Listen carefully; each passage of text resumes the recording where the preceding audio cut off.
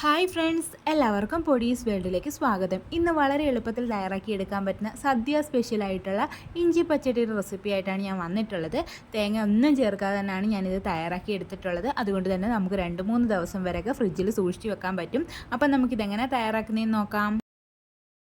ഇഞ്ചി പച്ചടി തയ്യാറാക്കുന്നതിനായിട്ട് ഞാനിവിടെ 1.5 കപ്പ് അളവിലാണ് തൈര് എടുത്തിട്ടുള്ളത്. കട്ട തൈരാണ് എടുത്തിട്ടുള്ളത്. അത്യാവശ്യം പുളിയുള്ള തൈര് നോക്കി എടുക്കാൻ വേണ്ടിയിട്ട് നോക്കണേ, അല്ലാന്നുണ്ടെങ്കിൽ ഒരു ടേസ്റ്റ് വരത്തില്ല. അത്യാവശ്യം പുളിയുള്ള തൈര് എടുക്കുക. ഇനി നമുക്കൊരു ഫോർക്കോ ഹാൻഡ് വിസ്കോ എന്തെങ്കിലും ഉപയോഗിച്ചിട്ട് നന്നായിട്ട് ഈ ഒരു കട്ടകളങ്ങ് ഉടച്ചു കൊടുക്കണം.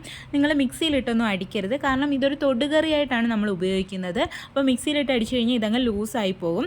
അപ്പോൾ ഫോർക്കോ ഹാൻഡ് വിസ്കോ എന്തെങ്കിലും വെച്ചിട്ട് ആ കട്ടകളൊന്ന് ഉടച്ചു കൊടുക്കാം. അപ്പോൾ അതാ തൈര് നന്നായിട്ട് ഞാൻ ഉടച്ചെടുത്തിട്ടുണ്ട്. ഇനി ഇത് ഇവിടെ ഇരിക്കട്ടെ.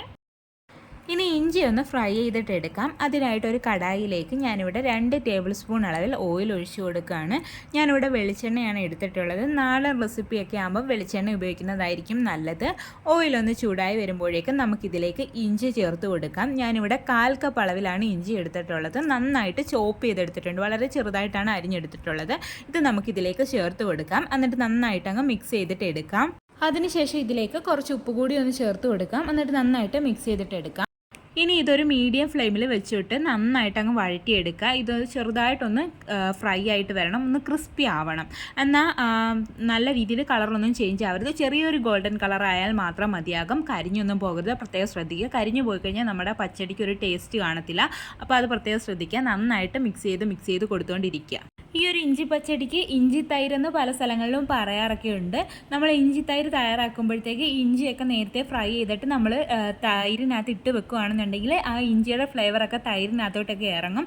അത് കണക്ക് തന്നെ തൈരിൻ്റെ പുളി ഇഞ്ചിക്കകത്തുമൊക്കെ പിടിക്കും. അപ്പോൾ ഒരു നല്ലൊരു ടേസ്റ്റ് വരും. അപ്പോൾ നമ്മളിത് തയ്യാറാക്കുകയാണെന്നുണ്ടെങ്കിൽ കുറച്ച് നേരത്തെ ഇത് ചെയ്ത് വെക്കുകയാണെന്നുണ്ടെങ്കിൽ കഴിക്കാൻ സമയമാകുമ്പോഴത്തേക്ക് ഇതിന് നല്ലൊരു ടേസ്റ്റ് ആയിരിക്കും ഉണ്ടാവുന്നത്. അപ്പോൾ ഇതാ നമ്മുടെ ഇഞ്ചിയൊക്കെ ഇവിടെ റെഡി ആയിട്ട് വന്നിട്ടുണ്ട്. ചെറിയൊരു ഗോൾഡൻ കളറൊക്കെ ആയിട്ടുണ്ട്. ഇത്രയും മതി. ഇനി നമുക്കിതങ്ങ് കോരി മാറ്റാം. അപ്പോൾ ഇതാ അതെല്ലാം ഞാൻ കോരി മാറ്റിയിട്ടുണ്ട്. ഇനി ഇതേ സെയിം പാനിൽ തന്നെ ഞാനിവിടെ ഒരു 1/2 ടീസ്പൂൺ അളവിൽ കടുകും കൂടി ചേർത്ത് കൊടുക്കുകയാണ്. കടുകൊന്ന് പൊട്ടി വരുമ്പോഴേക്കും 1 നുള്ള അളവിൽ ചെറിയ ജീരകവും കൂടി ചേർത്ത് കൊടുക്കുന്നുണ്ട്. ഇതിൻ്റെ ഫ്ലേവർ ഇഷ്ടമല്ലാന്നുണ്ടെങ്കിൽ ഒഴിവാക്കാട്ടോ. ജീരകം ഇല്ലാന്നുണ്ടെങ്കിൽ ജീരകത്തിൻ്റെ പൊടിയായാലും ചേർത്ത് കൊടുത്താൽ മതിയാകും. പിന്നീട് ഞാൻ ഇതിലേക്ക് ഒരു 2 ഉണക്കമുളകും കൂടി ചേർത്ത് കൊടുക്കുകയാണ്. എന്നിട്ട് നന്നായിട്ടൊന്ന് മിക്സ് ചെയ്തിട്ട് എടുക്കാം. ജീരകത്തിൻ്റെ പൊടി ഇപ്പം ചേർക്കരുത് കേട്ടോ. തൈരിൽ അവസാനം ചേർത്താൽ മതിയാകും, അല്ലെന്നുണ്ടെങ്കിൽ കരിഞ്ഞു പോകും.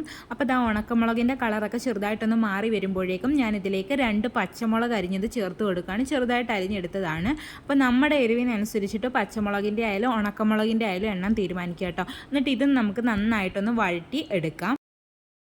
അപ്പോൾ ഇതാ പച്ചമുളകും ചെറുതായിട്ടൊന്ന് ഫ്രൈ ആയി വന്നിട്ടുണ്ട്. ഈ സമയത്ത് നമുക്കിതിലേക്ക് കുറച്ച് കറിവേപ്പില കൂടി ചേർത്ത് കൊടുത്തിട്ട് നന്നായിട്ടൊന്ന് മിക്സ് ചെയ്തിട്ട് എടുക്കാം. അപ്പോൾ ഇതാ കറിവേപ്പിലയും കൂടി കുറച്ച് നന്നായിട്ടൊന്ന് ഫ്രൈ ആയി വന്നിട്ടുണ്ട്. ഇത്രയും മതി. ഇനി ഫ്ലെയിം ഓഫ് ചെയ്തിട്ട് ഇത് നമുക്കങ്ങ് എടുത്ത് മാറ്റാം. ഇനി ഈ കടുക് താളിച്ചത് നമ്മൾ നേരത്തെ റെഡിയാക്കി വെച്ചിട്ടുണ്ടായിരുന്നു ആ തൈരിലേക്ക് അങ്ങ് ചേർത്ത് കൊടുക്കാം. എന്നിട്ട് നന്നായിട്ട് അങ്ങ് മിക്സ് ചെയ്തിട്ട് എടുക്കാം. ഇനി ഇതിലേക്ക് നമ്മുടെ മെയിൻ ഇൻഗ്രീഡിയൻ്റ് ആയിട്ടുള്ള ഇഞ്ചി ചേർത്ത് കൊടുക്കാം. ഫ്രൈ ചെയ്ത് വെച്ചിട്ടുണ്ടായിരുന്ന ഇഞ്ചിയും കൂടി ചേർത്ത് കൊടുത്തിട്ട് നന്നായിട്ട് മിക്സ് ചെയ്തിട്ട് എടുക്കാം. ശേഷം നമുക്കിതിലേക്ക് ആവശ്യമായിട്ടുള്ള ഉപ്പ് ചേർത്ത് കൊടുക്കാം. നേരത്തെ നമ്മൾ ഇഞ്ചി ഫ്രൈ ചെയ്തപ്പോൾ മാത്രമാണ് ഉപ്പ് ചേർത്ത് കൊടുത്തിട്ടുണ്ടായിരുന്നത്. തൈരിൽ ഉപ്പ് ചേർത്ത് കൊടുത്തിട്ടില്ലായിരുന്നു. അപ്പോൾ തൈരിൻ്റെ പുളിക്ക് അനുസരിച്ചിട്ട് വേണം ഉപ്പ് ചേർത്ത് കൊടുക്കാൻ വേണ്ടിയിട്ട്. എന്നിട്ട് നന്നായിട്ട് മിക്സ് ചെയ്തിട്ട് എടുക്കുക. അപ്പോൾ ഇത്രയേ ഉള്ളൂ, നമ്മുടെ ടേസ്റ്റി ആയിട്ടുള്ള ഇഞ്ചി പച്ചടി ഇവിടെ റെഡി ആയിട്ടുണ്ട്. ഈ ഒരു വിഭവം നമ്മുടെ സദ്യകളിലൊന്നും ഒട്ടും ഒഴിച്ചുകൂടാൻ പറ്റാത്തൊരു വിഭവമാണ്. അപ്പോൾ എല്ലാവരും ഒന്ന് ട്രൈ ചെയ്ത് നോക്കുക. വീഡിയോ ഇഷ്ടമായിട്ടുണ്ടെങ്കിൽ ഒന്ന് ലൈക്ക് ചെയ്യണേ. ആദ്യമായിട്ട് ചാനൽ കാണുന്ന കൂട്ടുകാരൊക്കെ ഉണ്ടെങ്കിൽ പ്ലീസ് ഒന്ന് സബ്സ്ക്രൈബ് ചെയ്ത് സപ്പോർട്ടും കൂടി ചെയ്യണേ. വീണ്ടും നല്ലൊരു വീഡിയോ ആയിട്ട് വരാം. Thanks for watching.